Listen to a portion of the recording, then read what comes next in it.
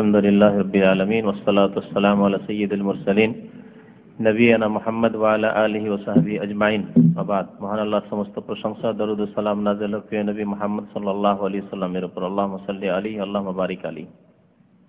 আজকের দর্স হচ্ছে দিনের তৃতীয় স্তর সম্পর্কে।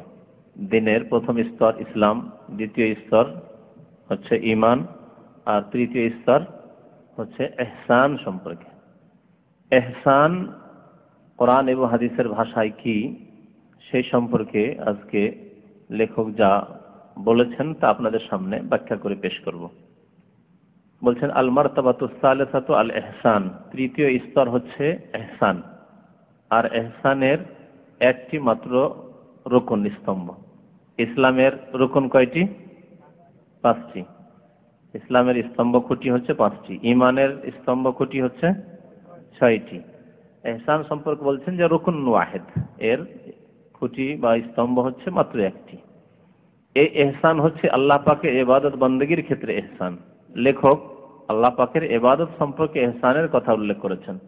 ইহসানের আরেকটি দিক হচ্ছে আল্লাহর সৃষ্টির সাথে ইহসান।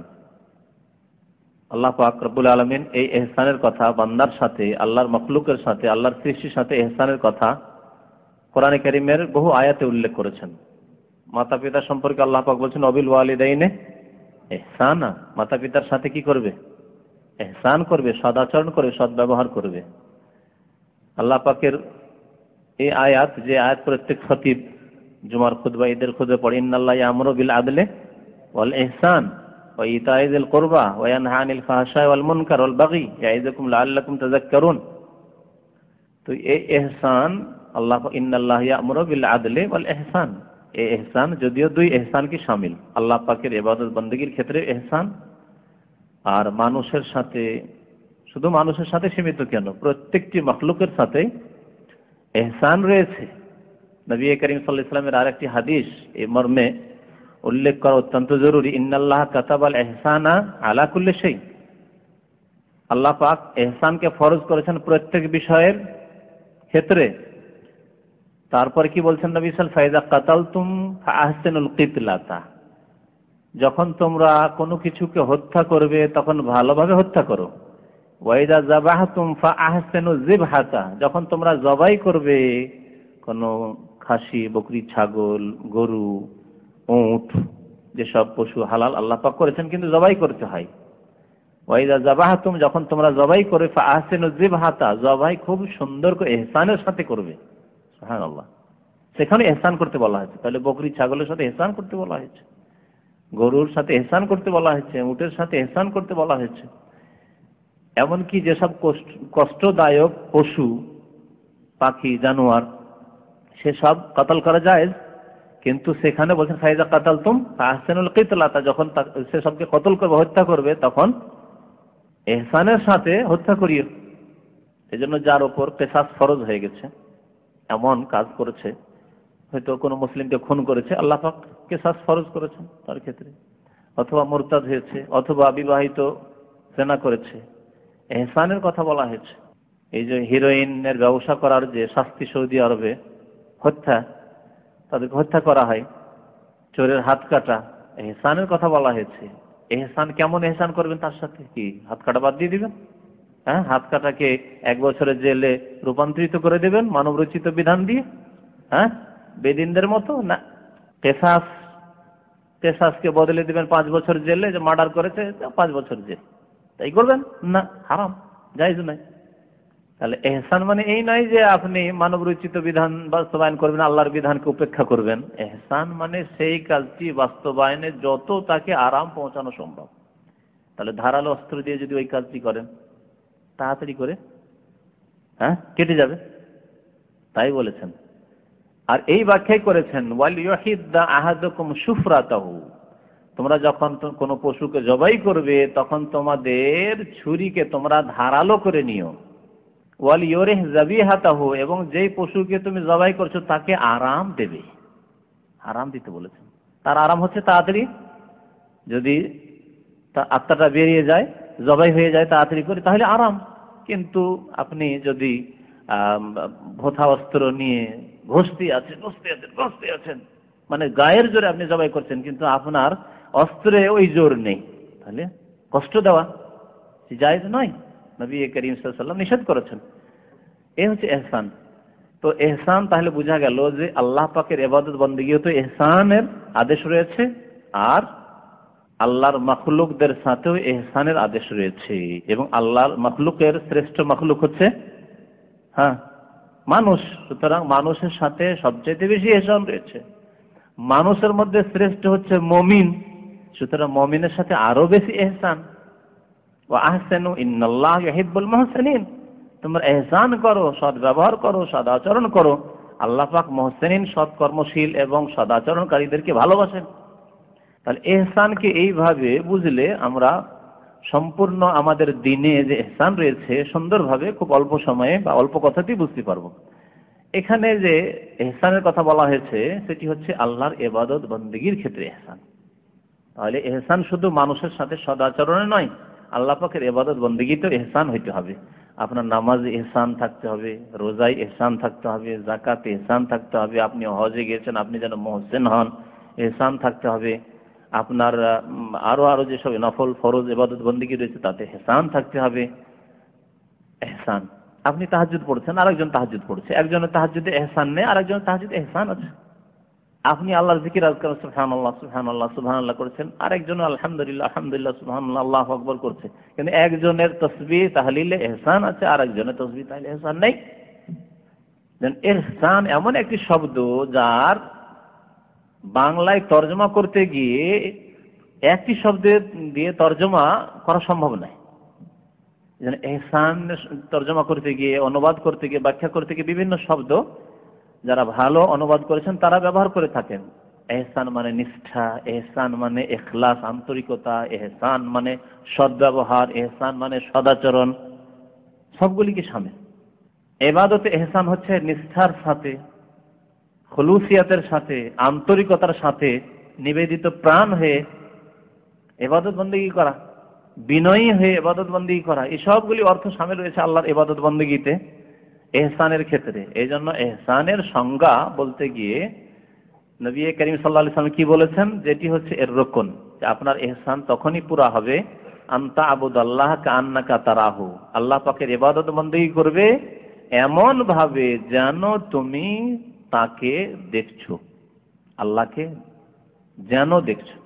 এই কথা বলা হয়নি যে আল্লাহকে দেখতে পাচ্ছ, যেন বলা হয়েছে। আর যেন আর একটি আসলে হয়, দুটোতে পার্থক্য আছে। পার্থক্য নেই?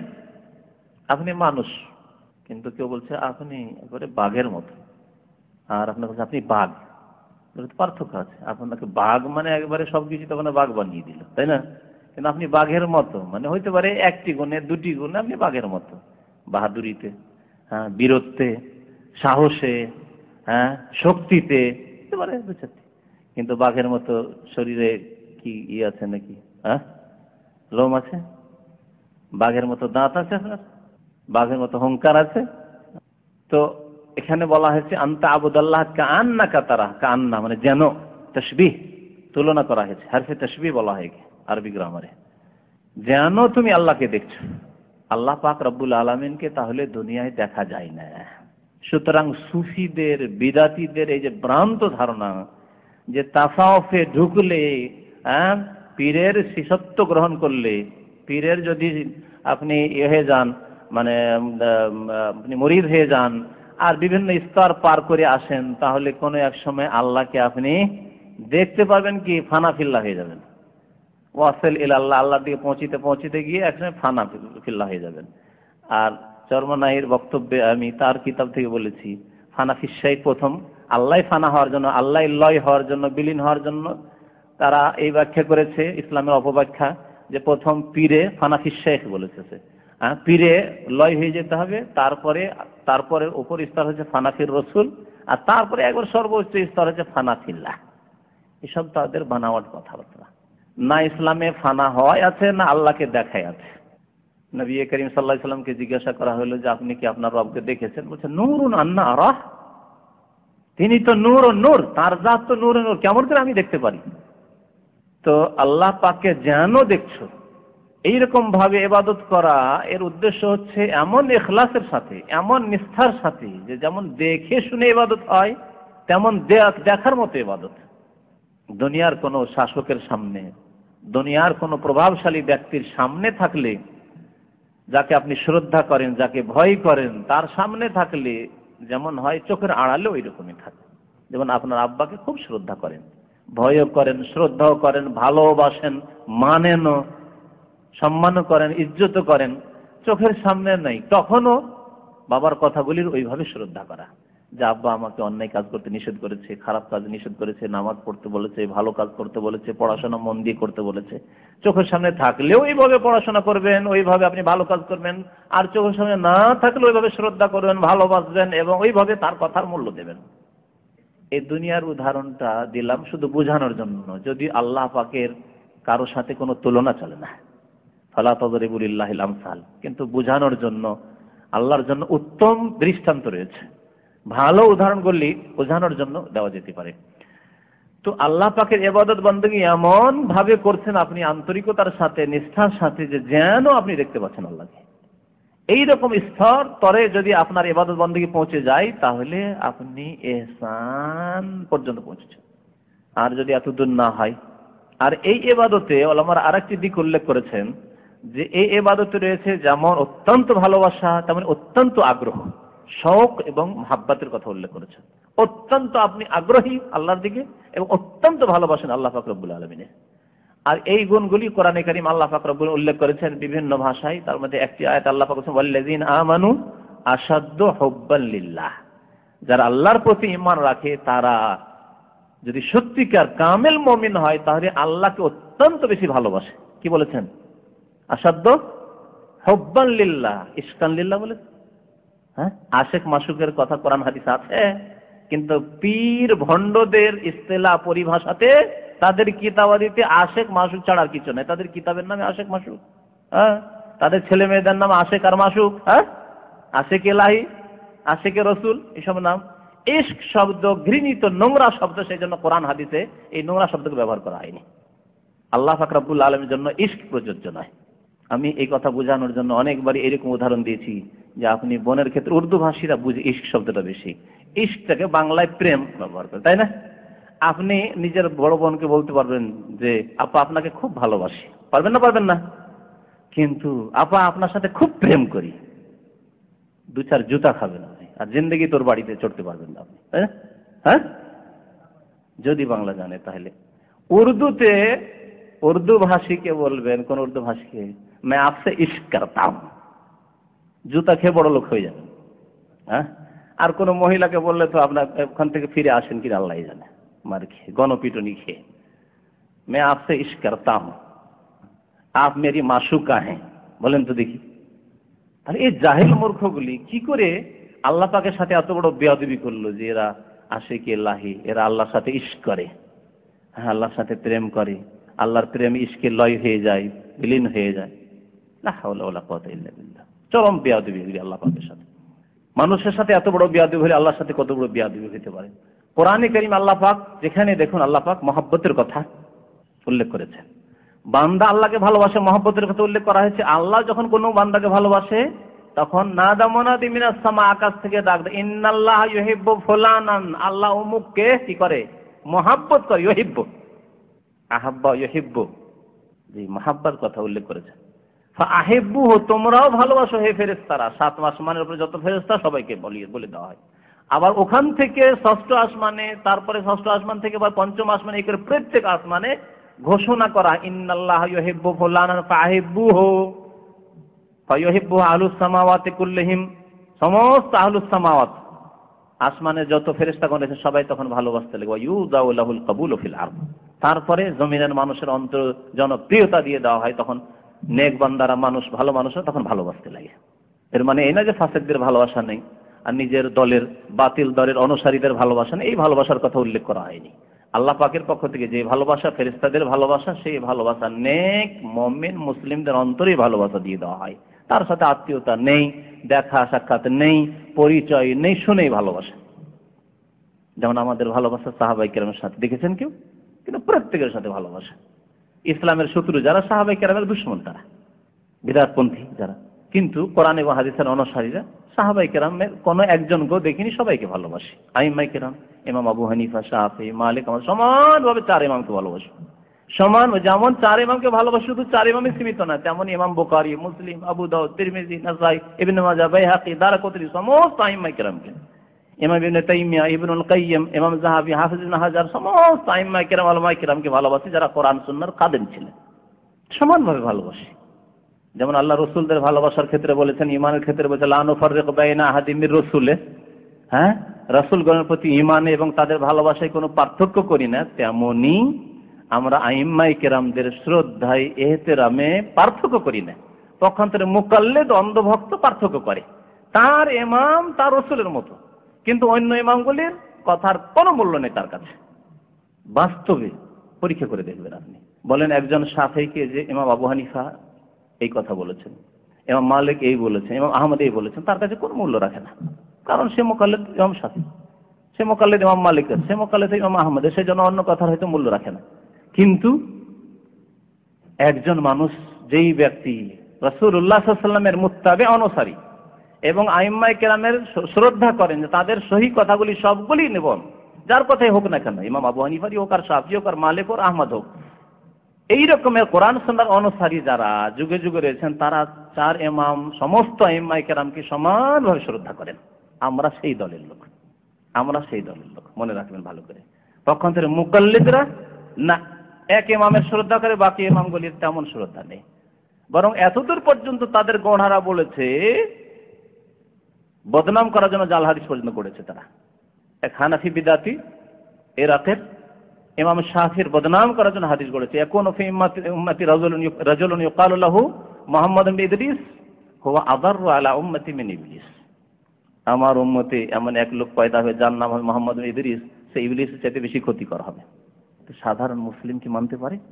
কিন্তু মযহাবী গোঁড়ামি তাদেরকে এতদূর পর্যন্ত পৌঁছিয়েছে, মযহাবী গোঁড়ামি তাদেরকে এতদূর পর্যন্ত পৌঁছিয়েছে যে হানাফি শাফির মেয়েকে বিয়ে করতে পারে, কিন্তু হানাফি মেয়ে শাফিকে দিতে পারে না। তাহলে বিয়ে কি করে করতে পারে? দিতে পারে না তো নিতে কি করে পারে? বলছে তানজিল আল্লাহ মানজিলাত আহলিল কিতাব। মযহাবপন্থী যারা গোঁড়া, তারা এত দূর পর্যন্ত পৌঁছে গেছে। কিন্তু আমার মতো, আপনার মতো যারা কোরআন সুন্নাহর অনুসারী, রাসূলুল্লাহ সাল্লাল্লাহু আলাইহি ওয়াসাল্লামের প্রত্যেকটি কথা নিতে হবে, বাকি আইম্মায়ে কেরামের কথা যেগুলি কোরআন সুন্নাহর অনুকূলে সেগুলি নিতে হবে। আর যদি কিছু ইজতিহাদে ভুল হয়ে থাকে সেগুলি শ্রদ্ধার সাথে ছেড়ে দিতে হবে। তারা প্রত্যেকের শ্রদ্ধা করেন এবং মনে করেন হানাফির শাফির সাথে বিয়ে হইতে পারে, শাফির মালিকের সাথে হইতে পারে, মালিকের হাম্বলির সাথে বিয়ে হইতে পারে, কোনো অসুবিধা নেই। আশা করি স্পষ্ট বুঝতে পারছেন না? তো এতদূর কি বলতে গিয়ে গেলাম? হ্যাঁ, এহসান থেকে ওখানে কেন গেলাম? মহাব্বত।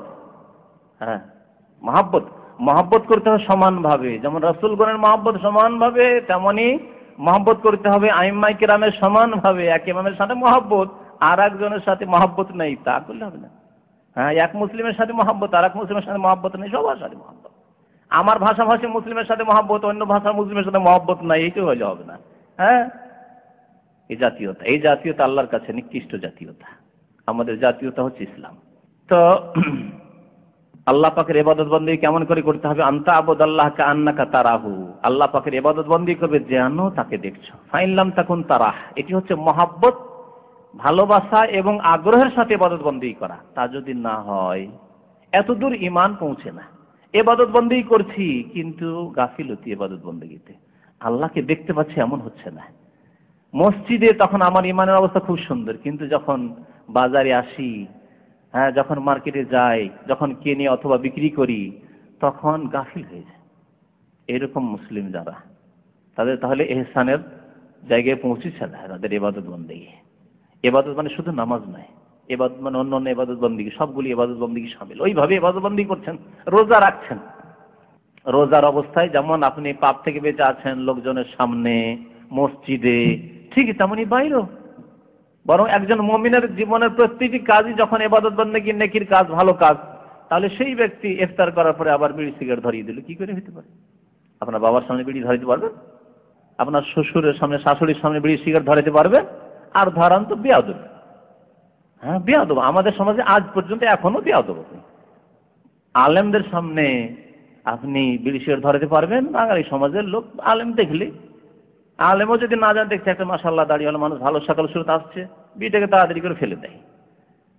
তাহলে এতটুকু যদি আদব রাখেন মানুষের, তাহলে মানুষের রব যিনি, রব্বিন নাস, মালিকিন নাস, ইলাহিন নাস যিনি, তার সামনে কত বড় আদবের খেয়াল রাখতে হবে। কি করে আপনি রোজা ইফতার করলেন আর বিড়ি সিগারেট ধরিয়ে দিলেন? পান খাচ্ছেন আর পিক ফেলছেন, জর্দা খাচ্ছেন, হুক্কা খাচ্ছেন, মহিলার দিকে নজর দিচ্ছেন, হারাম কাজ করছেন, হারাম কথা বলছেন, অশ্লীল কথা বলছেন। আপনার বাবা মায়ের সামনে অশ্লীল গল্প করতে পারবেন, অশ্লীল কথা বলতে পারবেন, অশ্লীল ছবি দেখতে পারবেন? কি করে অশ্লীল ছবি দেখছেন নির্জনে বসে আপনি আপনার ঘরে?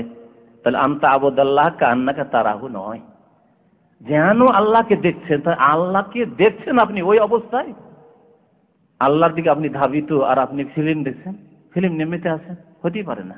তাহলে এইরকম স্তরের ইবাদত বন্দেগী হইলে গুনাহ হতেই পারে না, সাগীরা গুনাহ হইতে পারে না। ফাইনলাম তাকুন তারাহু, না এত দূর আপনার ইমান পৌঁছে না, তাহলে কমের পক্ষে এতটুকু হইতে হবে যে ফাইন না হইয়া রাখ। এই ইমান, এই খেয়াল সবসময় মনে বসিয়ে রাখো। ইমান তো আছে অন্তরে, কিন্তু এটাকে মনে সবসময় বসিয়ে রাখো যে আল্লাহ দেখছে, আল্লাহ দেখছেন। আমি ফিল্ম দেখছি, আল্লাহ তো দেখছেন। ক্যামেরা দুটো লাগানো আছে এখানে, কেরামান কাতেবের ক্যামেরা আল্লাহ পাক লাগিয়ে রেখেছেন, তারা তো নোট করছে। আল্লাহ দেখছেন আমি যে সিগারেট খাচ্ছি, আল্লাহ দেখছেন। আমি যে হারাম কাজ করছি, আল্লাহ দেখছেন। আমি যে খারাপ নজর দিচ্ছি, আল্লাহ দেখছেন। আমি যে নামাজে গেলাম না, আল্লাহ দেখছেন। আমি জেগেও জাগলাম তারপরে আবার শুয়ে গেলাম, আল্লাহ দেখছেন, আল্লাহ জানছেন। এই দ্বিতীয় স্তর, এটিও ইহসানের স্তর, কিন্তু এই স্তরটি হচ্ছে ওই রকম মহব্বত এবং আগ্রহের উচ্চ স্তর নয়। সেটা হচ্ছে কিরকম, এটাকে বলা হচ্ছে আল্লাহর আযাব থেকে পালায়নের স্তর। যারা এই সুলুক নিয়ে আলোচনা করেছেন এবং এতদূর পর্যন্ত ঠিক আছে, তারপরে এগুলিকে যারা ওই শিরক বিদআত দিয়ে হিন্দুদের ওই সাধু সন্ন্যাসীদের সব ওই তরিকা দিয়ে, তারপরে খ্রিস্টানদের অগ্নি পূজকদের ওই দিয়ে সুফিয়াত বানিয়েছে, তারা গিয়ে গোমরাহিতে নিমজ্জিত হয়েছে। কিন্তু এতদূর পর্যন্ত যে আপনি আল্লাহকে দেখছেন এরকম আপনার ঈমান তৈরি হচ্ছে না। কিন্তু কমপক্ষে এতটুকু ঈমান আছে, আল্লাহ আমাকে সবসময় দেখছেন। আমি রাস্তায় থাকলেও আল্লাহ দেখছেন, আমি ঘরে থাকলেও আল্লাহ দেখছেন, নির্জনে থাকলেও আল্লাহ দেখছেন, আমি ভালো কাজ করলেও আল্লাহ দেখছেন, খারাপ কাজ করলেও আল্লাহ দেখছেন। আল্লাহ দেখছেন, আল্লাহ দেখছেন, এই ঈমান যদি থাকে তাহলে কোন নেক আমল করার পরে এইরকম মনে শয়তান সুযোগই পাবে না যে এতদিন আমি তাহাজ্জুদ পড়ি কিন্তু দাম্মামি কোন লোক জানলো না যে আমি তাহাজ্জুদ গুজার। মনে আসবে? কখনো মনে আসবে না। কারণ দাম্মামের লোক আমাকে এই তাহাজ্জুদের বদলা দেবে না, প্রতিদান দেবে না। কে দেবে? রব্বুল আলামিন দেবেন। তিনি তো দেখছেন যে আমি ডেইলি তাহাজ্জুদ পড়ছি। তাহলে যার কাছে পাবো তিনি দেখলেই তো যথেষ্ট। রিয়াকারী আসবে না, লোক দেখানো খেয়ালই আসবে না। শয়তান এখানে নিরাশ হয়ে ফিরে চলে যাবে, মারদুদ হয়ে ফিরে চলে, বিতাড়িত হয়ে। তাহলে নেক কাজ করলে রিয়াকারী আসবে না যদি এতটুকু ঈমান থাকে ইহসানের নিম্ন স্তর, যে আল্লাহ দেখছে। আর যদি গুনার কাজে যান, গুনার কাজে যেতে পারবেন না। যখনই গুনার দিকে মন হচ্ছে তখনই থেমে যাবেন। ইউসুফ আলাইহিস সালামের মত, বাদশা না হয় দেখছে না, আর রানী না হয় বলছে, কিন্তু ফাইন্নাহু ইয়ারাক, আল্লাহ দেখছেন, আল্লাহ দেখছেন। পালাতে শুরু করবেন গুনাহ থেকে আপনি। তো এই হচ্ছে ইহসান, আল্লাহ পাকের ইবাদত বন্দেগী। ওয়াদ-দালিলু কাওলুহু তাআলা, কোরআনে কারীমে বেশ কিছু আয়াত রয়েছে ইহসান সম্পর্কে, কয়েকটি আয়াত এখানে লেখক উল্লেখ করেছেন। এই সম্পর্কে কোরআনে কারীমের দলিল হচ্ছে মহান আল্লাহর বাণী, ইন্নাল্লাহা মা'আল্লাযীনা ইত্তাকাউ, নিশ্চয়ই আল্লাহ পাক মুত্তাকিদের সাথে রয়েছেন। তাদের সাথে রয়েছেন যারা সংযত, যারা আল্লাহ ভীরু, যারা মুত্তাকি পরহেজগার।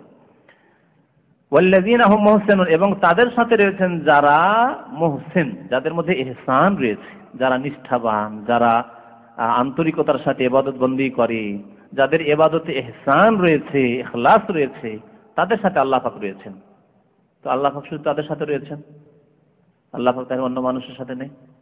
এটি যদি আলোচনা করা যেত এই আরেক দার্সের প্রয়োজন রয়েছে, আজকে দার্স শেষ হবে না তাহলে। কিন্তু সংক্ষেপে বলি, আল্লাহ পাকের বান্দার সাথে হওয়া দুই ভাগে বিভক্ত। একটা হচ্ছে মাইয়াতে আম্মা, একটা মাইয়াতে খাসা। সাধারণভাবে আমভাবে আল্লাহর সাথে থাকা, আর একটা হচ্ছে খাসভাবে আল্লাহর সাথে থাকা।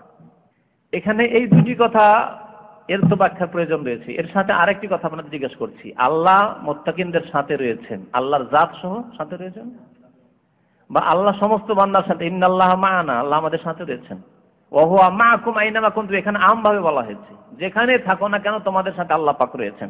আল্লাহর জাত রয়েছে, তোমাদের সাথে সাথে, মানে যেখানে থাকেন না কেন, আপনি বাথরুমে যাচ্ছেন ওখানে আল্লাহ পাক আপনার সাথে, আল্লাহর জাত। যদি তাই হয় তাহলে আল্লাহ পাক আর রহমান আরশ, আর রহমান আলাল আরশি ইস্তাওয়া, রহমান আরশে রয়েছেন, এর মানে আবার কি? আমেনতুম মান ফিস সামায়, তোমরা কি নির্ভীক হয়ে গেছো, ভয় করো না সেই সত্তাকে যিনি ফিস সামা, আকাশে রয়েছেন, এর মানে আবার কি হলো তাহলে? তা আল্লাহর কথাতে কি দ্বন্দ্ব আছে নাকি? যে আল্লাহ কোন জায়গায় বলছেন যে আল্লাহ আসমানে রয়েছেন, আরশে রয়েছেন, আর কোন জায়গায় বলছেন আল্লাহ তোমাদের সবার সাথে রয়েছেন, ওয়া হুয়া মাআকুম আইনামা কুনতুম, হে মানব সকল তোমরা যেখানে থাকো না কেন সেখানে তোমাদের সাথে রয়েছেন। আবার তৃতীয় জায়গায় বলছেন আল্লাহ শুধু মুত্তাকিনদের সাথে রয়েছেন, আল্লাহ শুধু মুহসিনদের সাথে রয়েছেন, আল্লাহ সাবেরিনদের সাথে রয়েছেন, ইন্নাল্লাহা মা'আস সাবিরিন। হ্যাঁ, ইন্নাল্লাহা মান, আল্লাহ বলছেন, নবী বলছেন যে আমাদের সাথে আল্লাহর ইসমাইল নবী আর আবু বকর সিদ্দিকের সাথে রয়েছেন। মুসা আলাইহিস সালাম বলছেন ইন্না মাইয়া রব্বি, আমার সাথে আমার রব রয়েছেন। কেমন কথা হইল?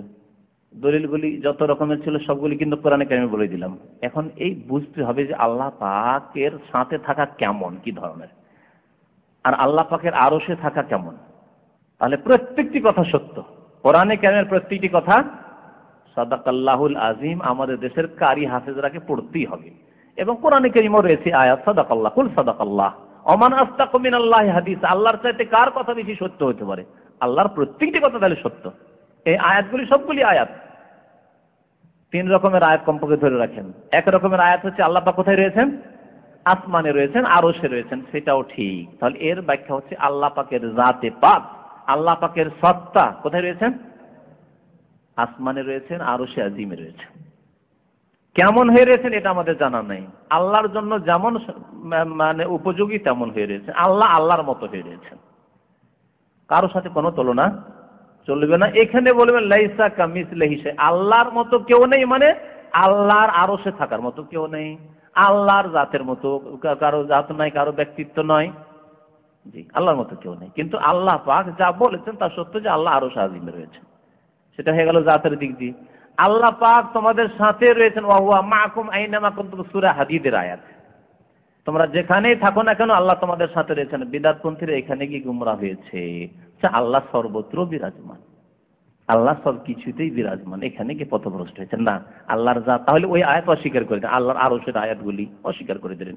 আল্লাহ আসমানে রয়েছেন অস্বীকার করে দিলেন, কোরআন এবং হাদিস যে রয়েছে এই ক্ষেত্রে সেগুলি অস্বীকার করে ফেলেন। না, আল্লাহ পাকের জাত, আল্লাহর আরশে আজিম আসমানে রয়েছেন, কিন্তু আল্লাহ পাক তোমাদের সাথে রয়েছেন মানে আল্লাহ পাকের ইলম রয়েছে তোমাদের সাথে। আল্লাহ পাক জানেন তুমি কোথায় আছো বান্দা। পালাতে চাইলে সৌদি সরকার থেকে পালিয়ে যেতে পারো, কিন্তু আল্লাহ পাক রব্বুল আলামিনের মুলক থেকে পালাতে পারবে না। আল্লাহ পাক রব্বুল আলামিনের জমিন থেকে পালাতে পারবে, কোথায় পালাবে তুমি? ফাইনাল মাফার, কোথায় পালাবে? তো ইলমের দিক দিয়ে, পরিবেষ্টন করে ঘিরে রাখার দিক দিয়ে এবং ক্ষমতার দিক দিয়ে আল্লাহ পাকের ক্ষমতার বাইরে যেতে পারবেন না আপনি। মনে করবেন যে আল্লাহ পাকে হারিয়ে দিয়ে পালিয়ে যাব। পুলিশকে অনেক সময় হারিয়ে দিয়ে দৌড়তে পারেন বেশি, পুলিশ যত স্পিডে দেয় তার চাইতে বেশি আপনি দৌড়াতে পারেন, চোর ডাকাত দৌড়াতে পারে, পালিয়ে গেলেন, ধরতে পারলো না, তাই না? কিন্তু আল্লাহ পাক রব্বুল আলামিনকে কেউ আজিজ করতে পারবে না, আল্লাহ পাকে কেউ হারাতে পারে, আল্লাহর কুদরতের বাইরে যেতে পারবে না। তো এই দিকগুলি দিয়ে আরো যেগুলি হইতে পারে, অর্থ শামিল হইতে পারে, আল্লাহ আলাম, আল্লাহ ভালো জানেন। এই দিক দিয়ে আল্লাহ পাক প্রত্যেকের সাথে রয়েছে। আর আল্লাহ পাক যেখানে বলেছেন আমি ধৈর্যশীলদের সাথে রয়েছি, মুত্তাকিদের সাথে রয়েছি, ওয়াল্লাযীনা হুম মুহসিনুন, আমি সৎকর্মশীলদের সাথে, ইন্নাল্লাহা মাআল মুহসিনিন, মুহসিনদের সাথে রয়েছেন। এর মানে আগের অর্থটি মনে রাখবেন, ইলমের দিক দিয়ে আছে, কুদরতের দিক দিয়ে আছে, পরিবেষ্টন ইহাতার দিক দিয়ে আছে, ওয়া আহাতা বিকুল্লি শাইইন ইলমা। হ্যাঁ, তারপরে কিসের দিক দিয়ে? অতিরিক্ত আছে আল্লাহর তো তৌফিক দানের দিক দিয়ে, আল্লাহর হেফাজতের দিক দিয়ে, রক্ষণাবেক্ষণের দিক দিয়ে। আল্লাহ কাফের হেফাজত করে না, বেনামাজির হেফাজত করে না, পাপিষ্ট গুনাহগারদের হেফাজত করে না, কিন্তু মুত্তাকির আল্লাহ হেফাজত করে। মুত্তাকিকে আল্লাহ পাক ভালো কাজের তৌফিক দান করে, মুত্তাকির রক্ষণাবেক্ষণ আল্লাহ পাক করে। হ্যাঁ, এগুলি অর্থ রয়েছে মুত্তাকিনদের সম্পর্কে, মুহসিন সম্পর্কে, সাবেরিন ধৈর্যশীলদের সম্পর্কে। ধৈর্য ধরলেন আপনি, আল্লাহ পাক আপনার সাথে রয়েছেন, তৌফিকের দিক দিয়ে রয়েছেন, আল্লাহ পাক রয়েছেন আপনার হেফাজতের দিক দিয়ে, আল্লাহ পাক আপনার উন্নতি দান করবেন এই দিক দিয়ে আল্লাহ পাক রয়েছেন, আল্লাহ আপনাকে দুনিয়াতেও সুখী করবেন, আখিরাতে সুখী করবেন এই দিক দিয়ে রয়েছেন। কিন্তু কাফের, বেদিন, বেনামাজি, পাপিষ্ট, গুনাহগার, কাবিরা গুনাহ করে তাদের সাথে আল্লাহ পাকের এই অর্থ নেই। রহমতের দিক দিয়ে আরো দিক, যেগুলি দিক হতে পারে সম্ভব। ওয়াকাউলহি, মহান আল্লাহ মানে ওয়াতাওয়াক্কাল আলাল আজিজির রহিম, তুমি ভরসা করো সেই সর্বজয়ী আল্লাহ পাকের ওপর যিনি দয়াবান, আল্লাযী ইয়ারাকা হিনা তাকুম, যিনি তোমাকে দেখেন, প্রত্যক্ষ করেন যখন তুমি কিয়াম করো, তাহাজ্জুদ পড়ো বা দাঁড়াও। দুটি অর্থ হতে পারে, তুমি দাঁড়াও, বসেছিলে দাঁড়াও, যে কোনো সময় দেখেন আল্লাহ পাক রব্বুল আলামিন, অথবা তুমি যখন কিয়াম করো তাও দেখেন। কিয়ামের অর্থ নয় ভালো, তাকাল্লুবাকা ফিস সাজিদিন, এবং সেজদাকারীদের অন্তর্ভুক্ত হয়ে তুমি যে সেজদায় অবনত হও তখনও আল্লাহ পাক তোমাকে দেখেন। কে সেজদা করলেন, কে আজকে ফজর নামাজ পড়েছেন আল্লাহ দেখেছেন, কে তাহাজ্জুদ পড়েছেন আল্লাহ দেখেছেন, কে 2 রাকাত নফল পড়েছেন আল্লাহর কাছে কেঁদেছেন আল্লাহ দেখেছেন। ইন্নাহু হুয়াস সামিউল আলিম, নিশ্চয় তিনি সর্বশ্রোতা এবং সর্বজ্ঞ, সবকিছুই জানেন এবং সবকিছু শোনেন। সূরা শুআরা আয়াত নম্বর 217 থেকে 220। মহান আল্লাহ আরো ইরশাদ করেছেন, ওমা তাকুনু ফি শান, হে নবী আপনি যে কোনো অবস্থায় থাকেন না কেন, শান যে কোনো অবস্থায় থাকেন না কেন, ওমা তাতলু মিনহু মিন কোরআন, এবং আপনি যে কোনো কোরআনের আয়াত তেলাওয়াত করেন না কেন, কোরআনের অংশ তেলাওয়াত করেন না কেন, ওয়ালা তা'মালুনা মিন আমালিন, এবং আপনি যে কোনো কাজ, বরং এখানে মামা তা'মালুনা ওয়ালা তা'মালুনা মিন আমালিন, এবং তোমরা যে কোনো আমল করো না কেন, যে কোনো কাজ করো না কেন, দুনিয়ার কাজ করো, দিনের কাজ করো, ভালো কাজ করো, মন্দ কাজ করো, ইল্লা কুন্না আলাইকুম শুহুদান, তবে আমি আল্লাহ তোমাদের ওপর হাজির রয়েছি, তোমাদের প্রত্যক্ষকারী হয়ে রয়েছি। শহুদ মানে শাহিদ, মানে হাজির হওয়া, শহুদ মানে শাহিদা মানে প্রত্যক্ষ করা। তা আমি উপস্থিত রয়েছি, আমি প্রত্যক্ষকারী হয়ে রয়েছি। ইজ তুফিজুনা ফি, যখন সেই কাজগুলিতে তোমরা ব্যস্ত হয়ে পড়ো, যে কোনো কাজ কর্ম করছেন আল্লাহ পাক রব্বুল আলামিন শাহেদ হয়ে রয়েছেন, হাজির হয়ে রয়েছেন। আল্লাহ পাক রব্বুল আলামিন আনের ইলম রয়েছে, আল্লাহ পাক রব্বুল আলামিন ওয়াকিফ হাল আমাদের সম্পর্কে। এই আয়াতগুলি দ্বারা ইহসানের কথা যে বলা হলো সেগুলি সম্পর্কে দলিল পেশ করলেন লেখক সূরা ইউনূস আয়াত নম্বর 61। তারপরে রয়েছে একটি বড় হাদিস, হাদিসটির সংক্ষেপে তরজমা করছি। ওয়াদ দালিলু মিনাস সুন্নাহ, হাদিস থেকে দলিল হচ্ছে নবী করিম সাল্লাল্লাহু আলাইহি সাল্লামের প্রসিদ্ধ হাদিস, হাদিস ও জিবরাইল, জিবরাইলের হাদিস বলে প্রসিদ্ধ হাদিস, আল মাশহুর আন ওমর, যে হাদিস বর্ণিত হয়েছে ওমর রাদিয়াল্লাহু তাআলা আনহু থেকে। কাল বলছেন তিনি, বাইনামা নাহনু জুলুসুন ইনদা রাসূলিল্লাহ সাল্লাল্লাহু আলাইহি সাল্লাম, আমরা এক সময় বসেছিলাম রাসূলুল্লাহ সাল্লাল্লাহু আলাইহি সাল্লামের সামনে, যাতা ইয়াউমিন, কোন একদিন, ইজতালা আলাইনা রাজুলুন শাদীদু বিয়াদিস সিয়াব, হঠাৎ করে এমন এক ব্যক্তি আমাদের সামনে এসে উপস্থিত হলো, শাদীদু বিয়াদিস সিয়াব, যার কাপড় অত্যন্ত সাদা, শুধু সাদাই নয় অত্যন্ত সাদা, শাদীদু সাওয়াদিস শার, তার চুলগুলি অত্যন্ত কালো। সাদার সাথে কালো কত সুন্দর লাগবে দেখতে। লা ইউরা আলাইহি আসারুস সাফার, এবং তার ওপর কোন রকমের সফরের লক্ষণ দেখা যায় না, যে দূর থেকে তিনি এসেছেন। সফর করে আসলে কাপড় ময়লা হয়ে থাকবে, একটু ধুলোবালি শরীরে থাকবে, চুলে থাকবে, কিছুই বোঝা যায় না, একেবারে ফর্সা ধবধবে অবস্থায়। ওয়ালা ইয়ারিফুহু মিন্না আহাদ, এবং আমাদের কেউ তাকে চেনেও না। মদিনার লোক হলে আমরা চিনি, তাও চিনতেও পারি না, আবার দূর থেকে আসলে সফরের কিছু লক্ষণ থাকবে তাও দেখতে পাই না। কি আশ্চর্য মানুষ! এসে উপস্থিত হলেন নবী করিম সাল্লাল্লাহু আলাইহি সাল্লামের খেদমতে। হাত্তা জালাসা ইলা নবী সাল্লাল্লাহু আলাইহি ওয়াসাল্লামের সামনে বসে গেলেন। ফাসনাদা রুকবাতাইহি ইলা রুকবাতাইহি, দুই হাঁটু নবী সাল্লাল্লাহু আলাইহি সাল্লামের দুই মোবারক হাঁটুতে লাগিয়ে দিলেন। এটি হচ্ছে উত্তম বসার তরিকা জমিনে বসলে। ওয়া ওয়াদা কাফাইহি আলা ফাখিযাইহি, এবং দুই হাতকে রাখলেন নিজ দুই রানের ওপর, যেমন নামাজে মুসল্লি বৈঠক করে বসে। ওয়াকাল, আর বললেন, ইয়া মুহাম্মদ, হে মুহাম্মদ সাল্লাল্লাহু আলাইহি ওয়াসাল্লাম। ইয়া মুহাম্মদ বলছেন, জিজ্ঞেস করছেন। কোন মুসলিমের জন্য জায়েজ নয় যে নবী করিম সাল্লাল্লাহু আলাইহি ওয়াসাল্লামের নাম ধরে ডাকবে। আল্লাহ পাক কোরআনে কারিমে নিষেধ করেছেন, লা তাজালু দুআ রাসূল বাইনাকুম কাদুআই বাযকুম বাযা। এখানেও সাহাবায়ে কেরামের মনে প্রশ্ন জাগলো, আরে ইয়া মুহাম্মদ, তবে বেদুইন অনেক যাযাবর, আদব কায়দা বলতে জানে না, ওর নাম ডেকে অভ্যাস, এসে কখনো কখনো বলে দিত, ইয়া মুহাম্মদ বলে ডাকত। আল্লাহ পাক নিষেধ করেছিলেন তাদেরকে এই জন্য, যে তোমরা নবী সাল্লাল্লাহু আলাইহি ওয়াসাল্লামকে রাসূলকে ওইভাবে ডাকবে না যেভাবে তোমরা একে অপরকে ডাকো, ও আব্দুল্লাহ ভাই, অমর ভাই, মুজিব ভাই, হাবিব ভাই, না, এইভাবে রাসূলুল্লাহ সাল্লাল্লাহু আলাইহি ওয়াসাল্লাম ডাকবেন। লা তাজআলু দুআ আর রাসূল, রাসূলকে ডাকা ওইরকম করবে না, কা দুআয়ে বাযকুম বাযা, তোমরা একে অপরকে যেমন ডাকো ওইভাবে ডাকবে না। এই জন্য সাহাবায়ে কেরাম ডাকতেন নবী সাল্লাল্লাহু আলাইহি ওয়াসাল্লামকে ইয়া রাসূলুল্লাহ, হ্যাঁ, ইয়া নবী আল্লাহ, এইভাবে ডাকতেন। বললেন যে ইয়া মুহাম্মদ আখবিরনি আনিল ইসলাম, আমাকে বলুন ইসলাম সম্পর্কে। আমাকে বলুন ইসলাম সম্পর্কে, ইসলাম কি? ফাকালা রাসূলুল্লাহ সাল্লাল্লাহু আলাইহি ওয়াসাল্লাম, আল্লাহ রাসূল সাল্লাল্লাহু আলাইহি ওয়াসাল্লাম বললেন, আল ইসলাম, ইসলাম হচ্ছে যে আনতা শাহাদা লা ইলাহা ইল্লাল্লাহ, সাক্ষ্য প্রদান করবে যে আল্লাহ ছাড়া কেউ সত্য মাবুদ নেই, লা ইলাহা ইল্লাল্লাহ বলবে, আন্না মুহাম্মাদান রাসূলুল্লাহ, এবং মুহাম্মদ সাল্লাল্লাহু আলাইহি আল্লাহর রাসূল, লা ইলাহা ইল্লাল্লাহ মুহাম্মাদুর রাসূলুল্লাহ সাক্ষ্য প্রদান করবে। ওয়া তুকিমুস সালাহ, সালাত কায়েম করবে 5 ওয়াক্ত, ওয়া তুতিজ যাকাত, যাকাত প্রদান করবে, ওয়া তাসুম রমাদান, রমজান মাসের সিয়াম পালন করবে, রোজা রাখবে, ওয়া তাহুজ্জুল বাইত, বাইতুল্লাহর হজ করবে, ইনিস্তাতা ইলাইহি সাবিলা, যদি তোমার কাছে রাস্তার খরচের ব্যবস্থা থাকে, রাস্তা খরচের শক্তি তোমার থাকে। কালা সাদাক্তা, জিজ্ঞাসাকারী মেহমান অতিথি বলছেন যে কথা সত্যি বলেছেন। সাদাক্তা, এখানেও আশ্চর্য সাহাবায়ে কেরাম, এই কেমন কথা হইল? সাদাক্তা, সত্য বলেছেন, কেমন কথা হইল? তাহলে জানছেন নাকি প্রশ্নের উত্তর, তিনি আবার জেনে জিজ্ঞেস করছেন নাকি? ফাআজাবনা লাহু, ওমর রাদিয়াল্লাহু তাআলা বলছেন আমরা আশ্চর্য হইলাম যে ইয়াসআলুহু, জিজ্ঞাসাও করছেন, ওয়া ইউসাদ্দিকুহু, আবার সত্যায়নও করছেন যে সত্যি বলেছেন, সত্যি বলেছেন, কেমন কথা হইল? কোন মানুষ হলে আর কোন সাহাবী হইলে, কোন মুসলিম হইলে এরকম তো করতে পারে না, এ কেমন কথা হইল? কালা ফাআখবিরনি আনিল ঈমান, আমাকে বলুন ঈমান সম্পর্কে। আচ্ছা, ঈমানের সংজ্ঞা বলুন তো দেখি। বললেন নবী সাল্লাল্লাহু আলাইহি ওয়াসাল্লাম, কালা আনতুমিনা বিল্লাহি ওয়া মালাইকাতিহি ওয়া কুতুবিহি ওয়া রুসুলিহি ওয়াল ইয়াউমিল আখির ওয়াল কদরি খাইর ওয়া তুমিনু বিল কদরি খাইরিহি ওয়া শাররিহি। আল্লাহর প্রতি ঈমান নিয়ে আসবে, ফেরেশতাগণের প্রতি ঈমান নিয়ে আসবে, কিতাবগুলির প্রতি ঈমান নিয়ে আসবে, রাসূলগণের প্রতি ঈমান নিয়ে আসবে, পরকালের প্রতি আল ইয়াউমিল আখির, পরকালের প্রতি ঈমান নিয়ে আসবে, ওয়া তুমিনু বিল কদরি খাইরিহি ওয়া শাররিহি, ভালো মন্দ তাকদীরের প্রতি ঈমান নিয়ে আসবে। কয়টি হলো? 6টি। ঈমানের তাহলে স্তম্ভ 6টি এর দলিল, ইসলামের স্তম্ভ 5টি এর দলিল গেল। কালা সাদাক্তা, তারপর বলছেন হ্যাঁ সত্যি বলেছেন, কথা সত্য বলেছেন। কালা ফাআখবিরনি আনিল ইহসান, তারপরে জিজ্ঞাসা করলেন ইহসান সম্পর্কে বলুন তো দেখি, তৃতীয় স্তর, দ্বীনের তৃতীয় স্তর। কাল, বললেন নবী সাল্লাল্লাহু আলাইহি ওয়াসাল্লাম, আনতা আবুদাল্লাহ, আল্লাহর ইবাদতের ক্ষেত্রে ইহসানের কথা উল্লেখ করলেন, মানুষের ক্ষেত্রে ইহসানের কথা এখানে উল্লেখ করা হয়নি।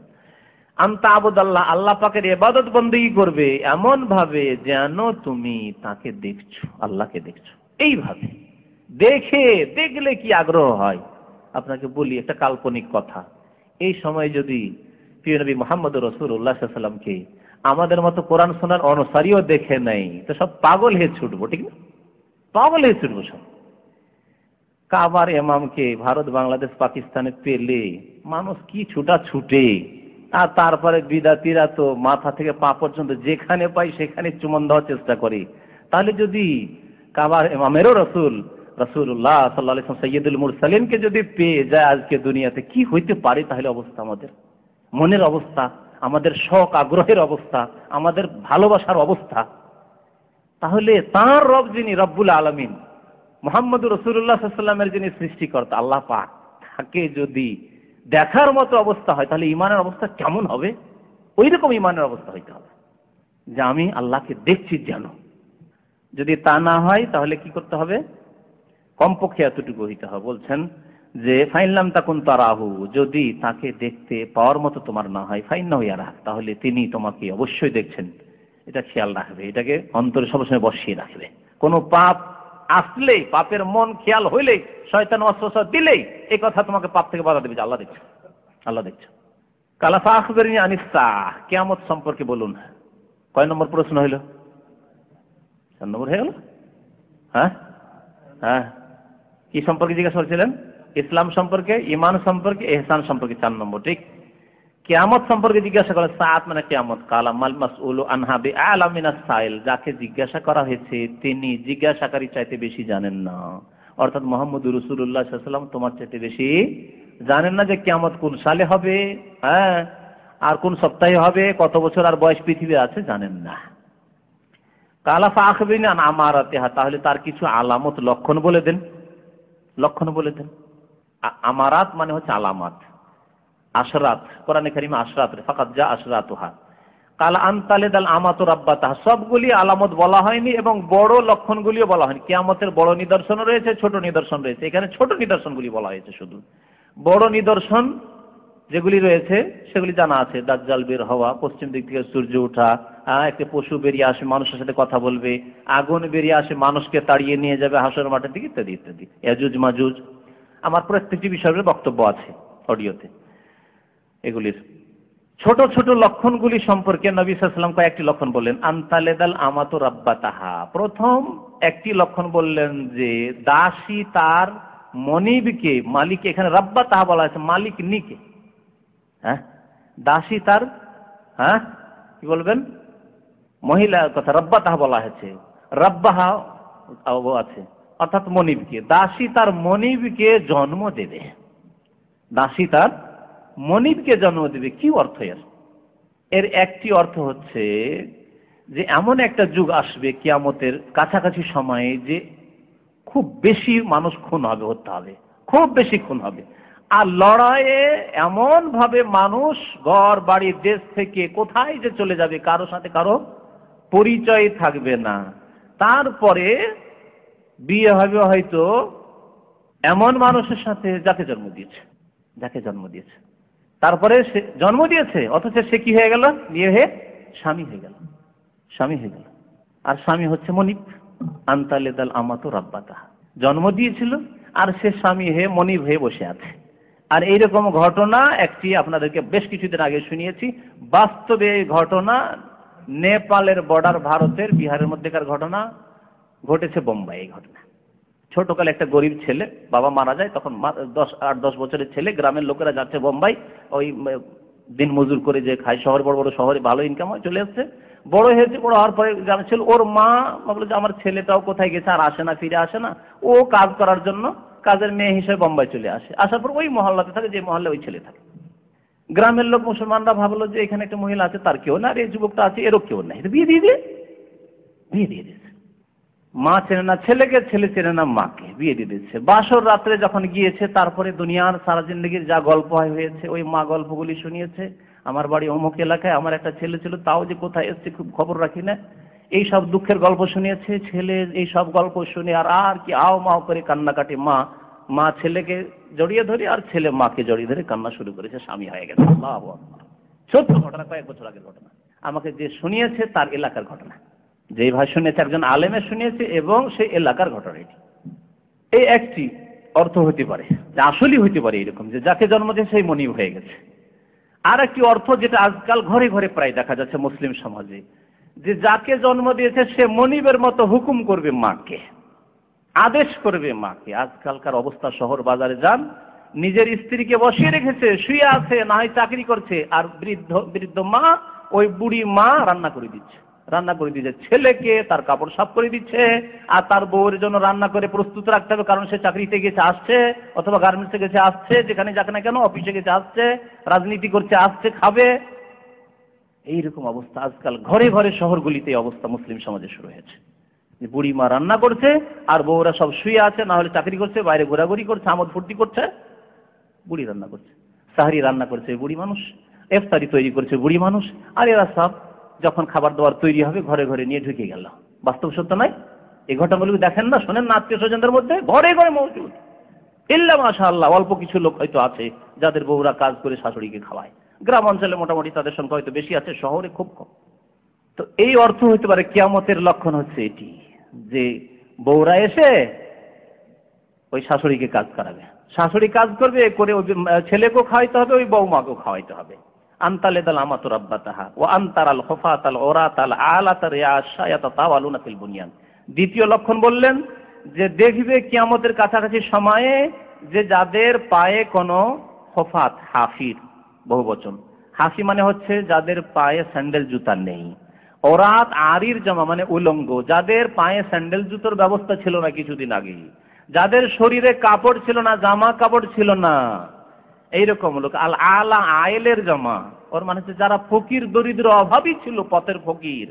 রেয়াসা, বকরি ছাগল চড়ে তো মেষ চড়াতো, এরা ইয়াতাতাওয়ালানা ফিল বুনিয়ান, কিছুদিন পরে এত অঢেল সম্পদ তাদের ঘরে হবে যে তারা বিল্ডিং তৈরি করবে আর তাতে কম্পিটিশন করে প্রতিযোগিতা করবে। বাস্তব সত্য, হ্যাঁ বাস্তব সত্য দেখতে পাচ্ছেন যে কম্পিটিশন কিরকম চলছে, ভালো বিল্ডিং তৈরি করার, আর ভালো গাড়ি কেনার, আর ভালো সুখের জীবন যাপন করার। অথচ তাদের পেছনে একটু সরে দেখলে ওর বাবা চলে একেবারে চাষি, বকরি চড়িয়েছে, বাপ চাচা বকরি চড়িয়েছে, নিজে হয়তো বাল্য জীবনে বকরি চড়িয়েছে, আজকে এত বড় লোক হয়েছে যে কম্পিটিশন, এর পাশে এরকম বিল্ডিং হলো, আমি আর ইচ্ছাতে ভালো বিল্ডিং তৈরি করবো। কাল ফামাযা, তারপরে সেই লোকটি উঠে চলে গেল। ফালাবেসনা মালিয়ান, ওমর রাদিয়াল্লাহু তাআলা বলছেন আমরা কিছুক্ষণ বসে থাকলাম, এই অবস্থার পর একটু বসে আছি। মালিয়ান মানে অল্প কিছুক্ষণ আমরা অবস্থান করলাম ওখানে আল্লাহ নবী সাল্লাল্লাহু আলাইহি ওয়াসাল্লামের সামনে। ফাকাল, তারপরে জিজ্ঞাসা করেছেন রাসূলুল্লাহ সাল্লাল্লাহু আলাইহি ওয়াসাল্লাম, ইয়া উমর, উমর আতাদরি মানিস সাইল, তুমি কি জানো যে এই জিজ্ঞাসাকারী প্রশ্নকারী কে ছিল, এই যে সওয়ালগুলি করছিল প্রশ্ন করছিল কে, তুমি জানো?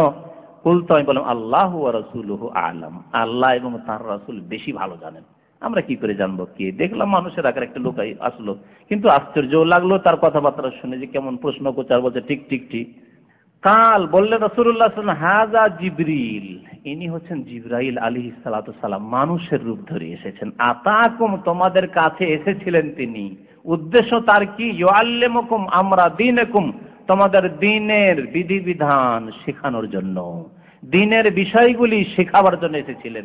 শিখিয়ে দিলেন তোমাদেরকে আরকানে ইসলাম, ইসলামের স্তম্ভ কয়টি, শিখিয়ে দিলেন তোমাদেরকে ঈমানের স্তম্ভ খুঁটি কয়টি, 6টি, শিখিয়ে দিলেন তোমাদেরকে ইহসান কি তা শিখিয়ে দিলেন, তোমাদেরকে শিখিয়ে দিলেন যে কিয়ামত সম্পর্কে দুনিয়ার কেউ জানে না, এমনকি রাসূলুল্লাহ সাল্লাল্লাহু আলাইহি ওয়াসাল্লাম জানে না যে কোন সালে কিয়ামত হবে।